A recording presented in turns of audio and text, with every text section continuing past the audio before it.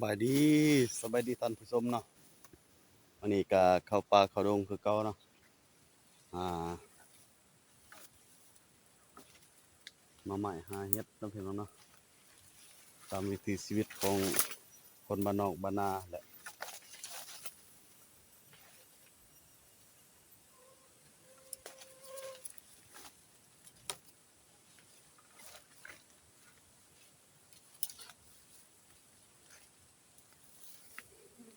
ถือเสียมมานำพี่น้องเนาะถือเสียมมานำเพราะว่าถ้าว่าได้พอเครือยาหัวก็สิได้ขุดยาหัวเนาะ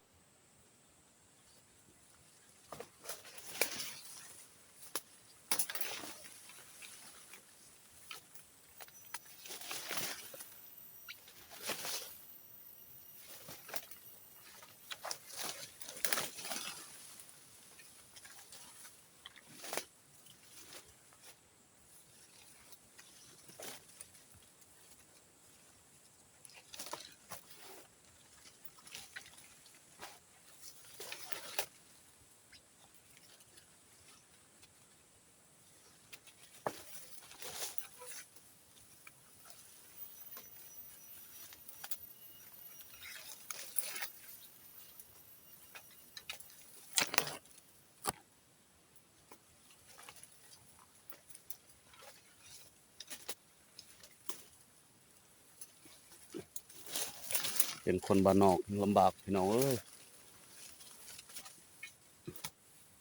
บ้านนอกแหละยังบ่พอเนาะแถมบ่มีเงินอีกเนาะ